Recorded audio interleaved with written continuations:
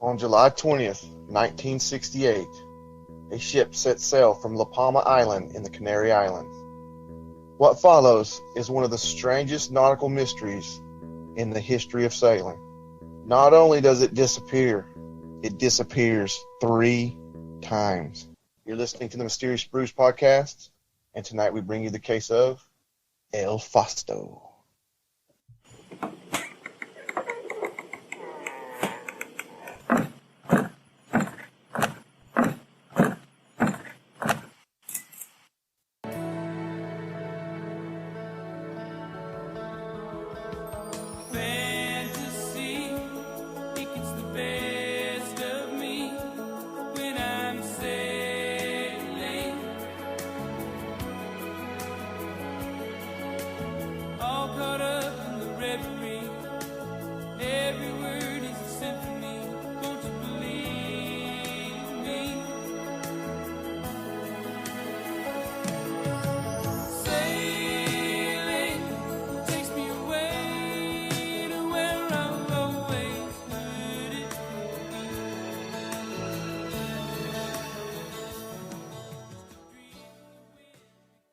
Welcome to a deep, dark, dank, moist basement somewhere in the bowels of Georgia. I've been getting some good feedback on the Toynbee Tales. A lot of people hadn't ever heard of it, and then everybody's... Really? Yeah, that's what I was like, and you call yourselves mysterious followers. Yeah, come on. People. Yeah. But anyway, I've got a couple of ladies I work with. They were blowing up my chat today about it. And then I told one of them was just started it. And so I told her, I said, follow the recommendations. And then some students found me somehow. Thank God it was at the end of the year. I won't have them again. They were asking the same thing. I told them, I was like, man, between the documentary and the follow-up documentary and that website, I said, you can lose a couple hours if you really want to. Seriously. Just the dedication is what, to me, is the most amazing. That man was dedicated to this. Yes, he was. He was passionate. Even if it was art, just an art project. I mean, to stay that focused on it for that long is just amazing to me. Yeah, I don't have that drive and determination. No, not at all. We do have a new patron, Mo Hamblegum. They decided they didn't like our $3 tier or our $10 tier, and they created their own $6 tier. So we appreciate that.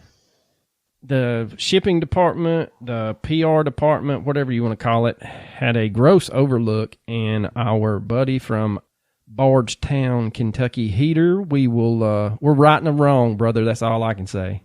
Righting a wrong. That ain't on me. Yeah. I'm just a pretty face. Like, look, I don't do anything on this podcast except the intro. What's really funny is how close to the truth that is. You are the glue that holds us together, Coach. That is true. I mean, it's not the same without me, but... That's right.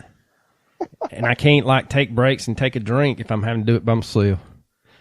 But anyway, I hear you had a nice trip to the great state of Tennessee. Yeah, I meant to talk about this on the Toynbee episode, but I completely overlooked it. Yeah, I went to Memphis for a 3-day concert, and we learned something in Memphis.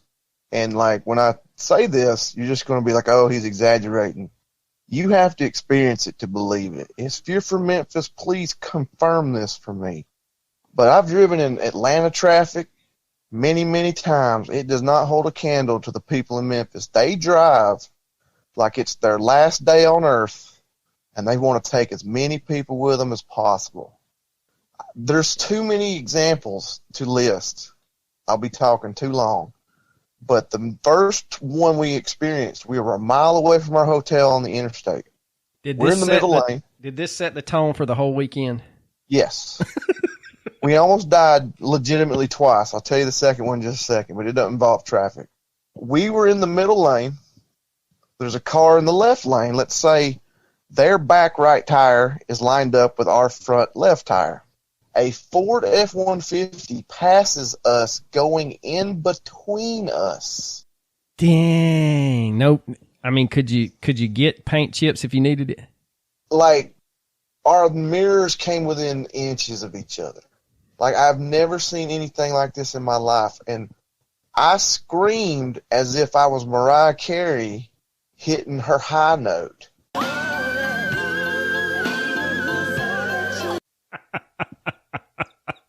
And I didn't even know I was capable of something like that. But just imagine any high note Mariah Carey's hit, and I matched it. I think I cracked the rearview mirror. It was crazy. The whole weekend, everybody's driving is insane. So now we got a term for, we see a crazy driver here. It was like, we got a Memphis coming. We got a level 4 Memphis on our tail. Oh, that good truck was a Lord. level 10. It's insane. Now, I've come through there 2 different ways, but most of the time when we coming home this past year, this year because it was January. Coming home this year, we came through on a Sunday. I don't know when the hell we came home. Anyway, whenever it was, we came through right after lunchtime, and it was a little bit calmer. But the previous 2 trips through there were both at night, but we came by near the airport, and you would think some of those, but I never saw trucks. I saw most of them were Crown Vics and oh my God, yes, Altimas, and that I saw like 2 or 3 Crown Vics doing stupid shit. Like there was a Mustang in downtown Memphis driving up and down the wrong side of the road as fast as he could. Now, granted, there wasn't a lot of traffic, but he's still on the opposite side of the road. Good purposely. God. It was insane. If you ever go to Memphis, you have been warned. Take it from me. You'll see for yourself. All right. The second time we almost died, on Saturday, we're going to see the Smashing Pumpkins. Right before they take the stage, they say there's a weather delay. And this is at Liberty, it's at the Liberty Bowl. Yeah. It's Fairgrounds, Liberty Bowl. Well, they say everybody's got to go into the Liberty Bowl for shelter. We're like, blah, blah, blah, whatever. It was a freaking torrential downpour for an hour. Soaking wet. Thought they were going to cancel the show, but it stops raining. But they got to wait for the weather to clear. They're trying to huddle everybody in the Liberty Bowl. And this concert had 3 stages. I don't know who's playing on the other stage, but Smashing Pumpkins are going to play, and then Megan Thee Stallion is going to play. And the majority of people there to see her. Okay? Well, me and my girlfriend are trying to sneak around because we want to be as close to the Smashing Pumpkins as possible, so we're not trying to go into the Liberty Bowl. We're trying to hide from the cops and all that. They're finally catch us, and they're huddling us up. We're like the last 10 people to go into the Liberty Bowl, and there's probably 30,000 people, with not exaggerating, because of the 3 stages. Well, as soon as we get walking down towards that crowd, they cancel the weather delay. And these 2 cops just wave people on, and they run to their car because they know what's coming. You know it's bad when the cops are running. Like, me and my girlfriend and 8 other people are walking down this ramp, and 30,000 people take off running at full speed towards you. Like, you know that moment in Stand By Me when they're on the bridge? And the train. And they see the train? It was like that. We had to turn, and I'm not a sprinter by any means, any stretch of imagination. But we had to sprint like 30 yards to this small gate. The gate's probably 2 cars side by side could squeeze through it. That's how wide this thing is. And there's about to be 30,000 people try to get through it. And Megan Thee Stallion's stage is to the left. So I'm telling my girlfriend, go right, go right, go right. No! I swear to God, we barely got out of that gate. Man, if we'd have just stood still, we'd have been trampled to death. Dear God. Horribly dangerous situation. You think Megan Thee Stallion was giving out her new hot sauce that she has at Popeyes? don't know. Oh, no, but listen, this is the best part. Is all these people ran for her stage. She had a quote-unquote wardrobe malfunction. The Smashing Pumpkins didn't come on stage for about 30 minutes after we got there, performed for an hour and a half, and as we're leaving, Megan Thee Stallion takes the stage. Dang. So all those people ran like that to sit there and wait for 2 hours. Wet and sweaty. She didn't take the stage till 2 a.m. Good God. Well, I mean, we had a weather delay. It's a music festival. They were playing music all damn day. Damn. Anyway, that's the 2 times I almost died in Memphis. But Graceland was nice. Well, that's the best part. And did you see Elvis taking care of the grounds? I did not. I knew he was upstairs, though. I heard a toilet flush. There you go. We've got the pipes working better now. All right. Sorry, that's a long tangent, but I thought they were 2 pretty good stories of how I almost died. Yes, your well-being is always a great topic. Either one of those went the other way, you'd be alone. You'd have to do a little, guys, I hate to tell you this. No, man, I'll keep you on. I'll cut the shit out of every episode I can. You're not going to do it. No, I'm going to keep it up. It'll be like he was trampled with a chicken wing in his mouth. Yeah, no, he did not. He did not choke on barbecue. He was actually trampled to death. Last scene was an F-250 white in color. Yeah. Well, it was a fun trip, though. Well, I did also meet Jerry the King Lawler. That's pretty cool. There you go. I forgot about that. And Jimmy Mouth of the South Heart. How old is Jimmy Mouth of the South Heart now? 100? I don't know, but he looks every bit of 100. Every damn bit of it. Oh, that's even better. All right, man. So let's get into it. This week's topic is the El Fausto, and it was a fishing vessel that belonged to a company owned by Rafael Acosta, and it was built at the port of Tazacorte on the island of La Palma. And you may be asking yourself, is that like Las Palmas? But no, that Las Palmas is the Palms. La Palma is located in the Canary Islands of Spain. Now, the vessel and the boat had a total length of 14 meters, and for us Americans, that's 46 feet. So it's quite a long, but it was a decent-sized boat. Now, it was a sailing vessel and a fishing vessel, but it was also a jack of all trades, and it transported anything from fruits, vegetables, diesel fuel, anything else that they may need in that port. It was powered by a 43 horsepower Litz engine and only had a top speed of 7 knots. And I finally found a conversion that means 8 miles an hour on land. Wow, that's getting it. They are humping it, son. So the ship never ventured into the open ocean and was primarily used for inter-island navigation and, like I said, never really set sail with its main mast. And it would kind of jog up and down the coast and always had land in its sight. The El Fausto never had any safety violations and was, for all intents purposes, a seaworthy vessel. The crew included brothers Ramon and Alberto Hernandez, 47 and 42 years old, and Miguel and Viterbo Acosta, 43 and 41 years old. Now, the Acosta brothers were relatives of the owner and had many years of sailing experience, and they had worked together for many, many years too. On the evening of July 20th, 1968, the El Fausto set sail for El Hierro, which is about 50 miles south of the port of Tazacorte. The cargo for this trip was a lot of explosives, and if I was considering explosives in the 60s, I'm thinking dynamite. Now, this is not out of the ordinary because the farmers usually and quite frequently used explosives to blow up rocks on the island to create more farmable land.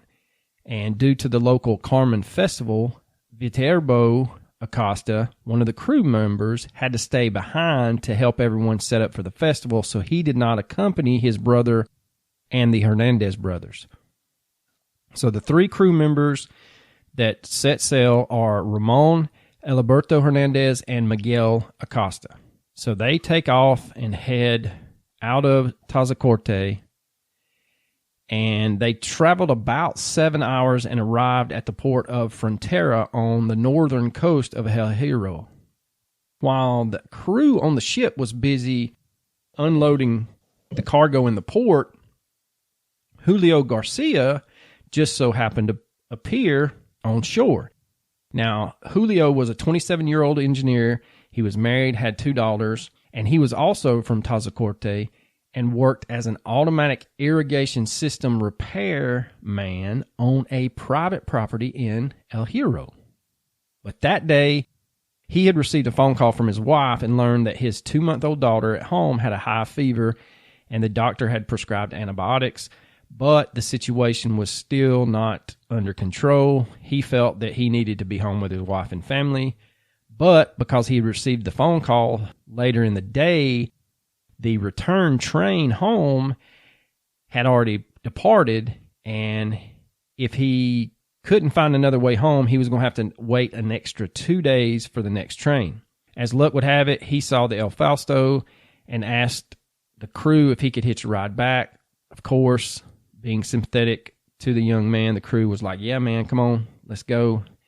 And so they loaded more than 10 kilos, which is about 23 pounds of fruit for the return trip back to Tazacorte. Now, the El Fausto left El Hierro at 2:30 a.m. and began the return trip home. Unfortunately, this would be the last time any of the 4 men ever set foot on land again.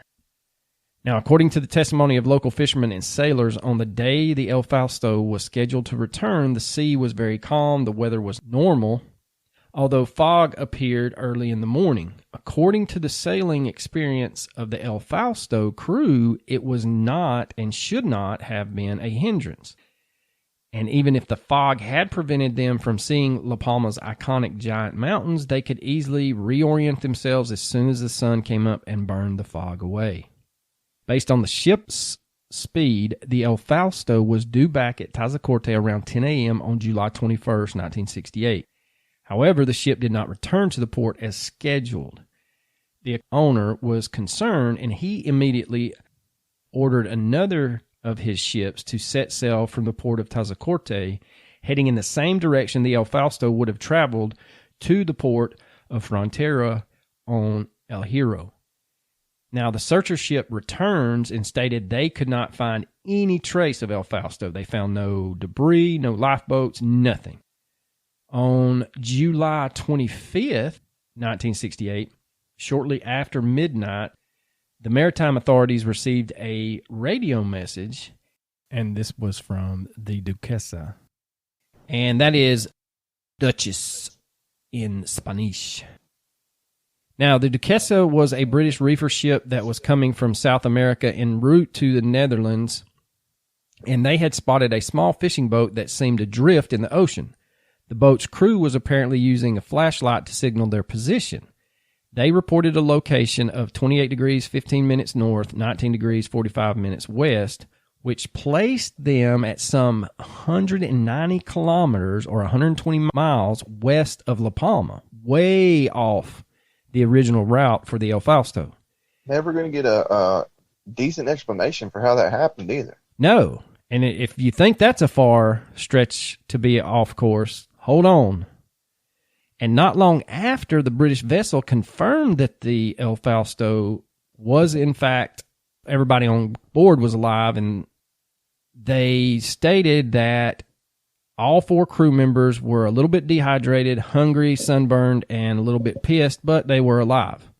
The good news quickly spread not only across La Palma, but across the whole of the Canary Islands. It seemed that after almost 4 days of dread, eventually there would be a happy ending to the story. With the help of some Spanish-speaking crew members, the Duquesa could communicate with the crew of the El Fausto. Yeah, they're going to offer to tow them. hey, we'll bring you back, take you back where you need to go. And they're like, we're cool. Yeah, that's what I don't understand. They gave them food, water, cigarettes, and then offered the tow. And then the four guys were like, "Nah, how about you just just give us some gas, man. We'll be cool." Yeah. They claimed the boat was in perfect working order. They just drifted. Like, they weren't even out of gas. They just needed more to get home. They were asked by the crew of the Duquesa what kind of mechanical failure had happened, and they replied that nothing was wrong, the boat was fine, and nothing was really out of the ordinary. So how did you get 120 miles off course in the middle of the Atlantic? I'm pretty sure the middle of the ocean's not somewhere you need to be just chilling. Not on a 46-foot sailboat. I can guarantee you that. Kicked back, sunburnt, a little dehydrated, but yeah, man, whatever. Hey, man, if you got some cigarettes and about 30 gallons of diesel fuel, we all right. Yeah, man, let's do it. We got all this fruit we're trying to take home. We'll just eat the shit out of it. But anyway, the commander of the Duquesa and the other crew members would point out that even though the four men were frightened by being adrift and off course, they were not in that catatonic, crazy state that a lot of castaways are found in. Well, it hadn't been that. It wasn't that long, though. I mean, no, there was, 4 days? When did they were scheduled to come back on the... Yeah, they were supposed to be back on the 21st, and on the 25th is when, so roughly 4 or 5 days. So the Duquesa reluctantly, according to an interview that occurred later, gave the crew members enough fuel for sailing 18 hours full ahead and a generous food and water supply for the trip. I mean, I guess you can't force somebody to be towed in. No, not really. And I got to thinking about that too, because if you just roll up on it, I guess because I'm not out in the ocean, don't have any plans to be out in the ocean, but it's kind of like if you rolled up on a long highway that didn't have a lot of stuff on it, somebody's broke down, you're like, hey man, I can tow you to this garage that I know is right up the road. And they're like, nah, truck's okay. If you just give us a little bit of gas and some cigarettes, we'll be all right. And then I guess you're thinking, well, shit, okay. Yeah. So I don't. You got no reason to. Yeah, I mean, it's got to be that exact situation where you're going to hold them at gunpoint and be like, "By God, I'm towing you, man." Yeah. What are you going to do about it? I can guarantee you, after this, the Duquesa didn't indulge anybody else that needed a tow. No doubt. So the Duquesa watches as the El Fausto heads back towards La Palma, and the Duquesa radioed the port of Tazacorte that basically they would be in port around 7 p.m. on July 25th, and the El Fausto should be right behind them. So you're looking anywhere from 7 to, I would say, 11, 12 o'clock at night, but they should be on their way. They were pointed in the right direction. So back in Tazacorte, they were jumping for joy. By about 6 o'clock, the whole town had gathered at the port waiting for the El Fausto's return. They had started this mini celebration, broke out the wine, the cheese, whatever else they have on that. I mean, I think people like that just looking for an excuse to party, you know? Yeah, if you're living in the Canary Islands, hooray, somebody cross the street, drink up. So that 7 p.m. estimation comes and it goes. And there's still no sign of the El Fausto. Everyone in the docks were encouraging the crew members' families to stay hopeful, and they were being reassured that probably they would be coming right over the horizon in maybe an hour or two. Well, those hours passed, the night came and went, and the sun started to come up, and besides a few boats that had sailed earlier in hopes of encountering the El Fausto, no El Fausto. Refusing to let their fears creep back in their minds, the wives and the children of the sailors stayed on the docks, where they would spend most of the next day waiting for a boat that would never come back, giving up to the harsh reality that the El Fausto was again missing at sea. It's crazy. Just goes to show you guys, if you're ever missing at sea and someone offers to tow you, let them tow you. And and we'll get into where you should sit very soon. And don't smoke the cigarettes. Not around diesel fuel. Not a good combination. Even though I know a small engine repair guy that always has like a Marlboro with about 1.5 inches of ash on it when he's working on my lawnmower. It scares the shit out of me every time. I mean, it's no Virginia Slim with 2 inches of ash, but it's close enough. So the owner of the company felt that the situation was dire, and he suspected that there was something very wrong with the ship's machinery or equipment, causing the ship to lose control and drift off course. However, as long as there was still enough food and water on board the El Fausto, he felt like that he could find them. So Mr. Acosta immediately contacted local authorities and the search and rescue teams and hoped to receive some professional assistance. Our next partner has a product I use literally every day. I started taking AG1 because I wanted to improve my gut health. I needed more energy. I wanted to optimize my immune system, and I despise taking vitamins. So I've been on it for about 5 weeks, and it's pretty good. It doesn't taste like a super healthy green smoothie. It has a mild tropical taste that I actually look forward to. You know, it's very good. It's 75 high-quality vitamins and minerals, whole food source superfoods, probiotics, and adaptogens. It helps start your day off right, and it's a special blend of ingredients that supports your gut health, your nervous system, your immune system, energy recovery, you name it. Now, I usually take it in the mornings and right after I have my coffee. And then I've noticed that my digestion has gotten more regulated. My energy levels are up. I would say the taste is more like a coconut, but some people say that it's more like a mango. But I've had my wife try it. She loves it. And I always make sure that I have it when I travel. It is lifestyle friendly, whether you are keto, paleo, vegan, dairy-free, or gluten-free. It contains less than 1 gram of sugar, no GMOs, no nasty chemicals or artificial anything, while still having a great taste. It supports better sleep quality and recovery, and it also supports mental clarity and alertness. It's the one thing with the best things. Athletic Greens use the best products based on the latest science with constant product iterations and third-party testing. The price is going to cost you less than $3 a day, and it's cheaper than getting all the different supplements yourself, and you're investing in an all-in-one nutritional insurance. Athletic Greens has over 7,000 five-star reviews. It's recommended by professional athletes, and Athletic Greens was created when the founder experienced a ton of gut health issues and ended up on a complicated supplement routine to recover. It cost him $100 a day. So he created Athletic Greens after experiencing how difficult it was to create an optimal nutrition routine on your own.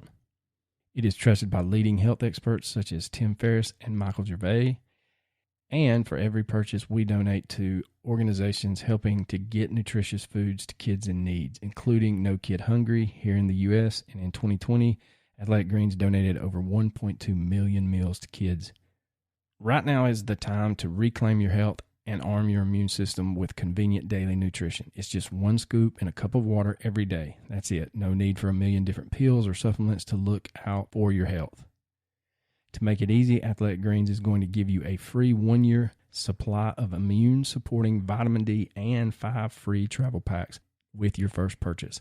All you have to do is visit athleticgreens.com/emerging. That's EMERGING.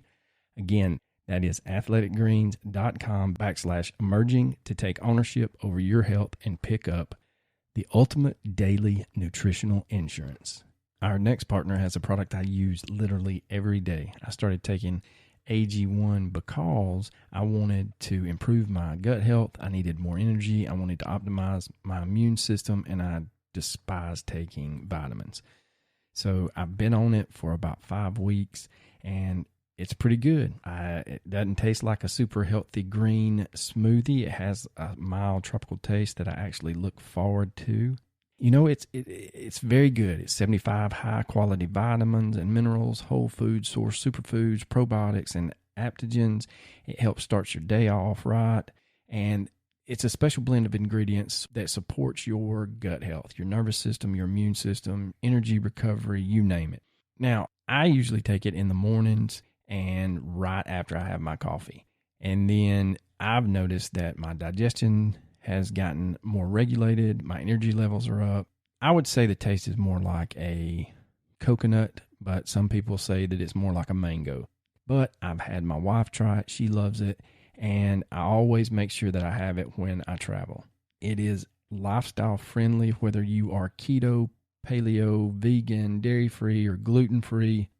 It contains less than 1 gram of sugar, no GMOs, no nasty chemicals or artificial anything, while still having a great taste. It supports better sleep quality and recovery, and it also supports mental clarity and alertness. It's the one thing with the best things. Athletic Greens use the best products based on the latest science with constant product iterations and third-party testing. The price is going to cost you less than $3 a day, and it's cheaper than getting all the different supplements yourself, and you're investing in an all-in-one nutritional insurance. Athletic Greens has over 7,000 five-star reviews. It's recommended by professional athletes, and Athletic Greens was created when the founder experienced a ton of gut health issues and ended up on a complicated supplement routine to recover. It cost him $100 a day. So he created Athletic Greens after experiencing how difficult it was to create an optimal nutrition routine on your own. It is trusted by leading health experts such as Tim Ferriss and Michael Gervais. And for every purchase, we donate to organizations helping to get nutritious foods to kids in need, including No Kid Hungry here in the U.S. And in 2020, Athletic Greens donated over 1.2 million meals to kids. Right now is the time to reclaim your health and arm your immune system with convenient daily nutrition. It's just 1 scoop in a cup of water every day. That's it. No need for a million different pills or supplements to look out for your health. To make it easy, Athletic Greens is going to give you a free 1-year supply of immune-supporting vitamin D and 5 free travel packs with your first purchase. All you have to do is visit athleticgreens.com/emerging. That's EMERGING. Again, that is athleticgreens.com/emerging to take ownership over your health and pick up the ultimate daily nutritional insurance. So on July 26, 1968, the Spanish authorities dispatched 4 Casa II 111 bombers and began a circular search pattern along the locations reported by the Duquesa. In addition, a number of warships had joined the search along with a rescue team. Later in the day, Grumman seaplanes and 2 Douglas DC-4 aircrafts were also sent to search. The Spanish government invested more than 1 million pesetas, which is equivalent to $2.26 million in 1968. Jesus. In 2022, in the year of our Lord, that is $17.13 million. Good Lord. Yeah, so they really went all out trying to find these boys. They must have had something important on that ship. Yeah, it was a little early for some Colombian Bam Bam, but that's what it kind of reminds me of. However, the largest and most expensive search and rescue operation in Spanish history yielded 0 results, and the El Fausto strangely disappeared from the Atlantic waters. But on August 7th, that was my best Antonio Banderas I could do. It was horrible, just so you know. Thanks, man. I appreciate it. Always building me up. Always tell me I can achieve my dreams. On August 7th, 1968, authorities canceled the official search and rescue operation and officially listed the El Fausto as missing because it was judged that the crew could not have survived any longer. The family members of the crew members were puzzled in the fact that somehow the crew, who had made this round trip often, could not have found their way home. Although the disappearance of the El Fausto had gained a lot of attention for a while, as time went on, like in most cases, people started talking about it less and less, and life just seemed to pass the village by. So we fast forward to 10:54 a.m. on October the 9th, 1968. 2 months after the time of the disappearance.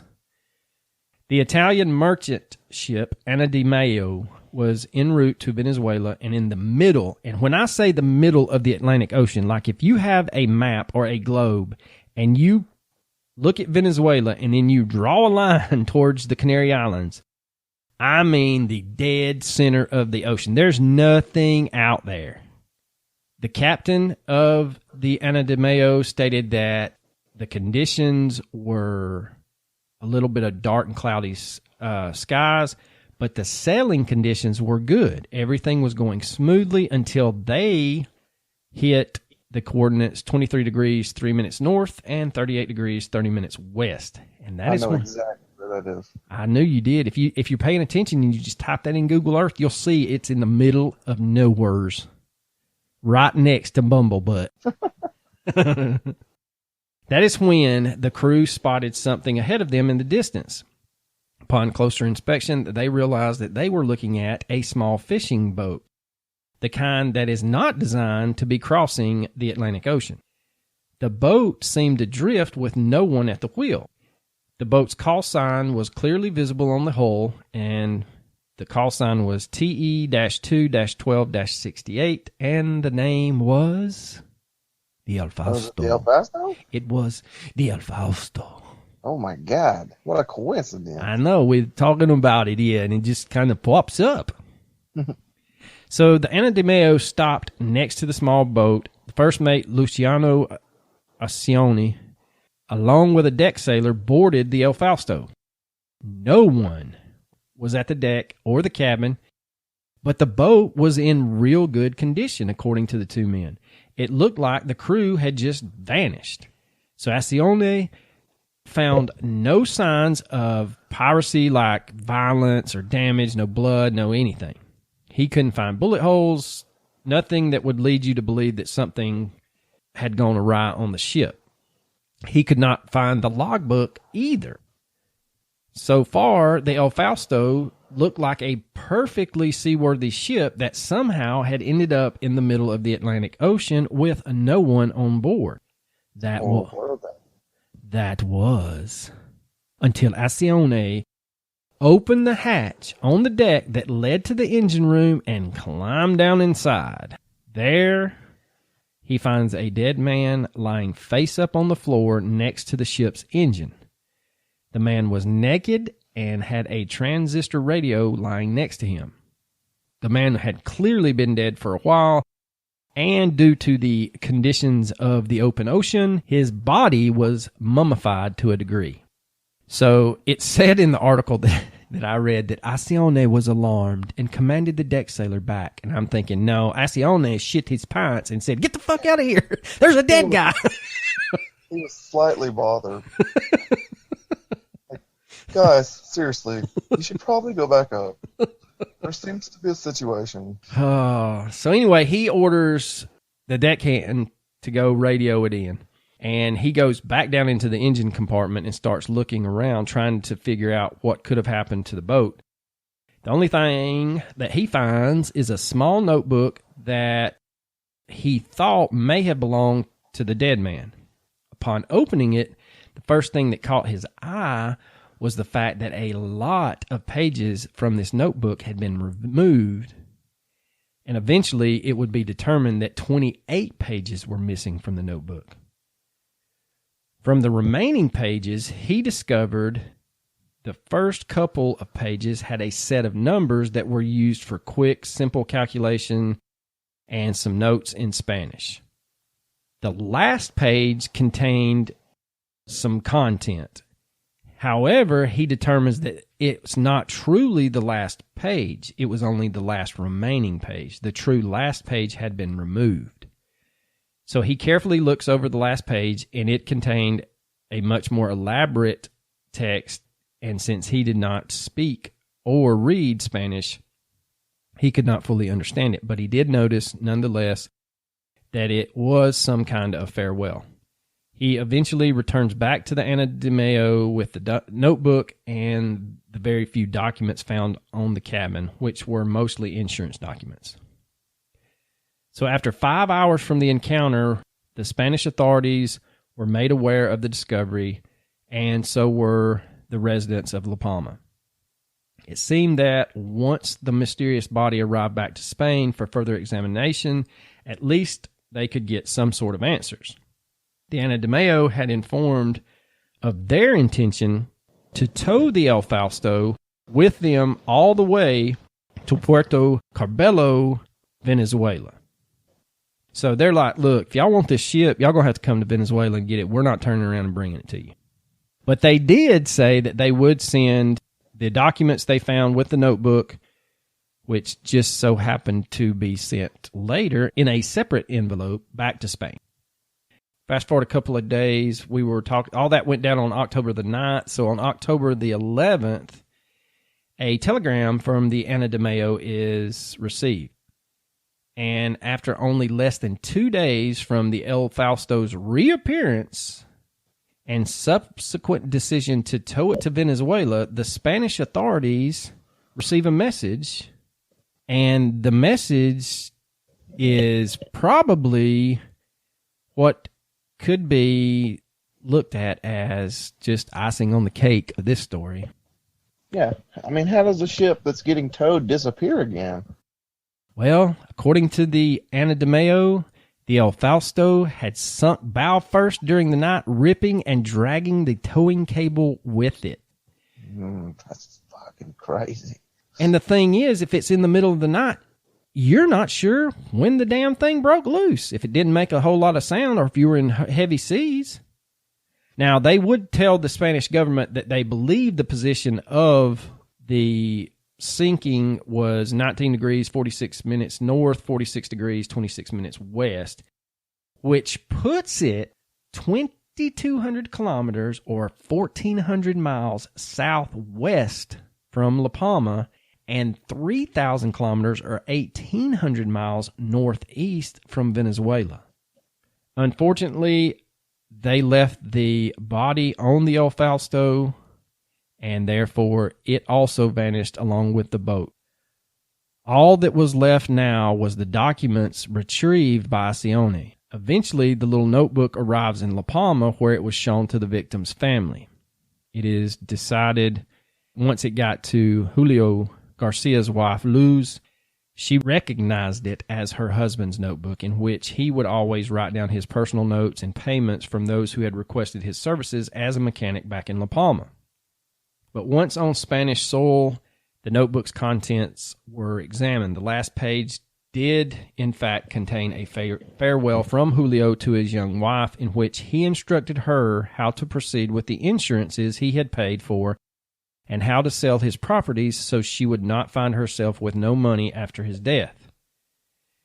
The end of his farewell states, quote, "Don't ever tell," and he uses their 5-year-old son's name, but it wasn't available in what I was reading. "All that happened to me. You know that God wanted this fate for me. I love you." Julio's address was written at the bottom of the page, and Luz confirmed that that was her husband's handwriting. As for Luz, in 2013, she was still alive and had still kept that last page of Julio's notebook. She never remarried. Ugh, sad. It is sad. And creepy. Yeah. The most striking aspect of said note was the fact that Julio knew he was going to die.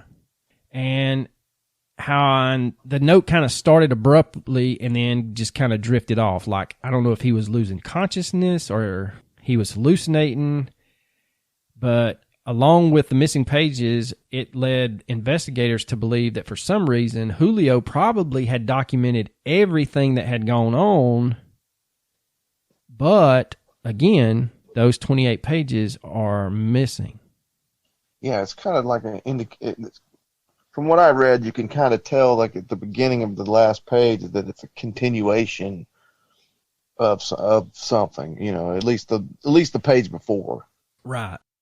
So the big question is, who removed the pages and why would they do that? And what happened to the rest of El Fausto's crew? A better question is, why did they refuse to be towed back to La Palma by the Duquesa? Man, You're asking the wrong guy. I haven't answered a single question in this entire podcast.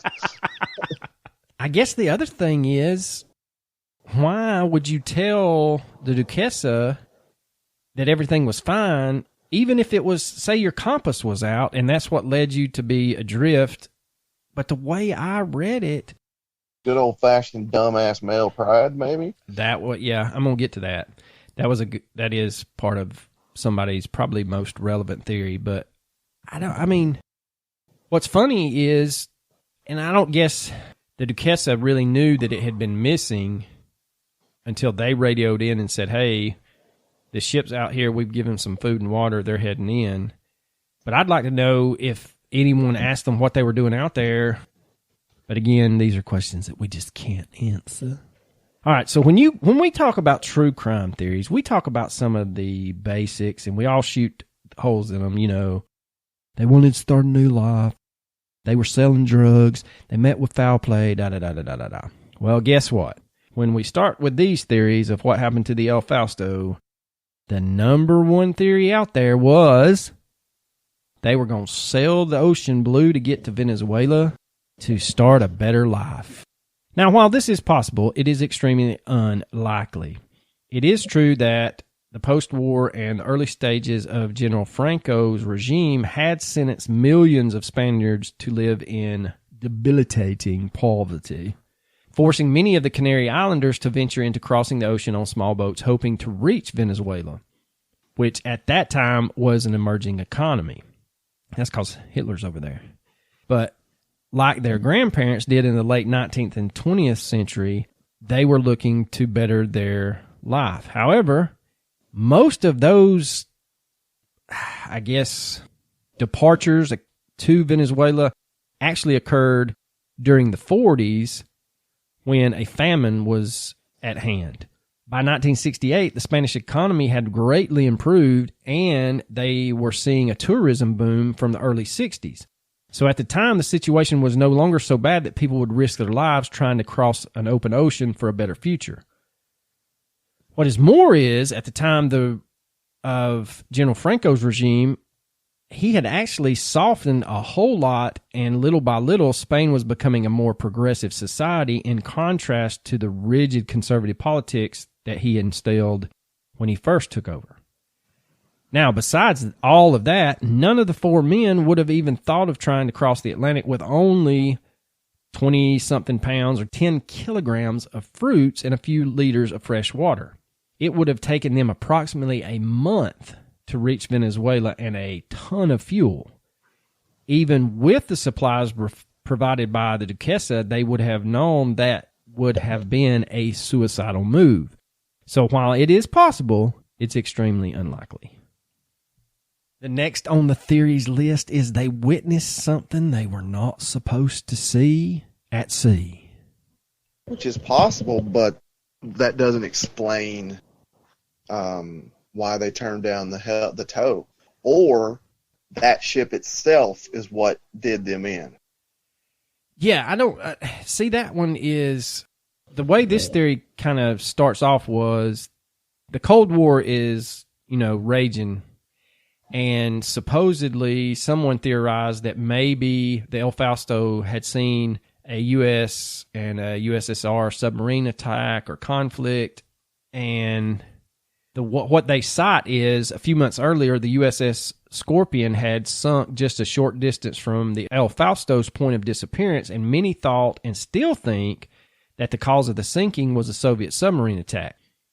Now, they said that back in the 60s, the North Atlantic basically was, you had American and Soviet nuclear subs just constantly screwing with each other.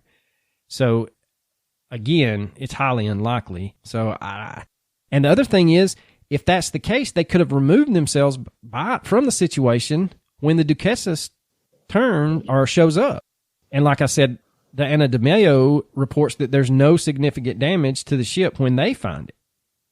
And then the next theory is the four men were trafficking guns, drugs, and illegal goods, trying to avoid maritime authorities, and ended up lost at sea. Again, this is highly unlikely. They're not making a ton of money doing what they're doing, but none of their families were in a desperate financial situation. None of them had any big debts, and they didn't have any criminal records. They had no reason to put themselves or their families at risk of prison or violence for extra cash. And they're all in their 40s, in the 60s. I don't see them all of a sudden deciding, you know what, let's start running guns and drugs or contraband. And this one, this one's a doozy. So you might want to get your old tinfoil hat out. The boat was kidnapped by a Nazi fugitive that had been hiding at El Hierro and needed to escape to South America after knowing about Wiesenthal's efforts to hunt former SS officials down. Now, while that could be a possibility, it is more than likely an urban legend that started to circulate across the whole of the Canary Islands at the time.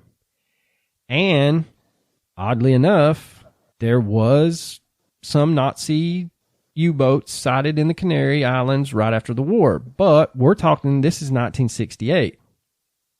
Now, getting into male pride, and this is the last theory that I could find, and this is the one that I really like, is the guy that stated this was on a message board. It's not one of your normal ones either. I don't even know how the hell I found it. It is spacebattles.com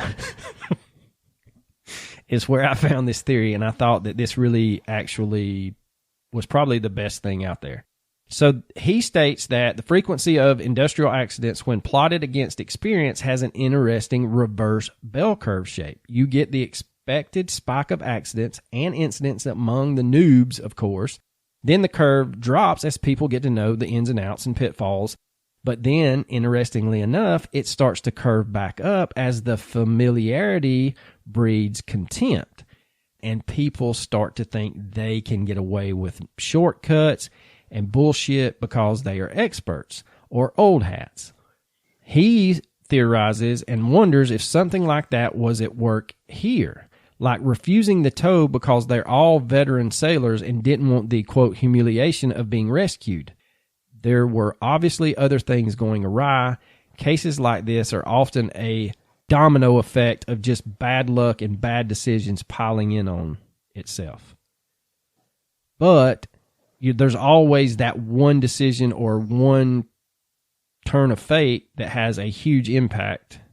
And this guy theorizes that that's probably it. And the most accepted theory is that they probably experienced a chain of small but successive setbacks that led to their unfortunate fate. Due to the progressive worsening of the situation, the four men slowly turned irrational, frightened, and agitated, and that led to even further mistakes and wrong decisions. But the question remains, what kind of setbacks or problems would have occurred? Because, again, at face value, when people lay eyes on the ship, they say that it is a seaworthy vessel. And there's no traces of anything out of the ordinary coming up. And there's not been a solid theory in over 50 years. But I just thought about this. Could the El Fausto have actually been cursed by Julio setting foot on it? Did he bring some bad mojo on board? Or is that area over there known for ship disappearances? You know, your guess is as good as mine, but man, I don't know about a curse. Come on, really? A curse? You know how some of those islanders are about things. You know, his daughter was sick. Maybe he was the reason his daughter was sick. Kind of. I'm not saying it's logical. I'm just saying. Yeah. Your guess is a good mine. But when I read that the cable towing it snapped and she went bow first under, I was like, you got to be kidding me. I mean, and I've not I really haven't looked at those coordinates, but I'm guessing that that's some pretty deep ocean, and no one has attempted to go down there and lay eyes on the El Fausto. But trugging along at 8 miles an hour, I wonder at what point did they run out of fuel and they're just drifting? Because the Ana de Mayo stated that her sails wasn't up, so this is an odd one, dude. It is very odd. That's probably, I don't know, but it's probably why we did it. Maybe. If it falls into that mystery category. Yeah, I think it might. Maybe not. All right, recommendations, because I really don't know where the hell to go with this one, other than that poor shit was cursed. Oh man. I do like that theory that basically it was probably just a small chain of events that led to just shitty luck after their male pride told them not to take the toe. Yeah, I think it's a good point. Recommendations for this week. If you're into it, and I tried real hard, and it's done well. It's just not my cup of tea. But the Amazon series, The Outer Range, is, if you like Greek hubris and mysteriousness and nobody answering a fucking question in a TV show, then that show's for you.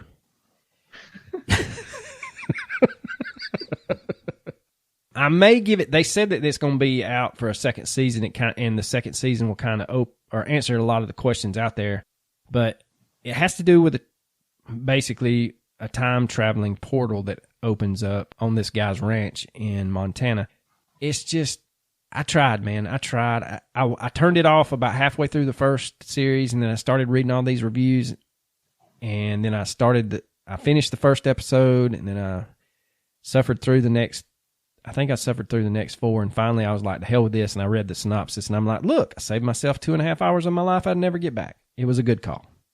It's just my personal opinion, but it is real well done. Josh Brolin's in it, and he does a hell of a job, of course. It's an odd tale once you get to the end. It's going to leave you cussing if you follow it all the way through, but it may be something that you're interested in. So, well, I'm going to recommend The Pentaverant, a new Mike Myers limited series on Netflix. It's pretty funny. The Pentaverant? Yeah. Have you ever seen So I Married an Axe Murderer? Yes. That's what his dad talks about. Like, they run the country, you smart ass. They meet once a year at a place called The Meadows. So, yeah, it's based on that, so. All right, man. You got anything else?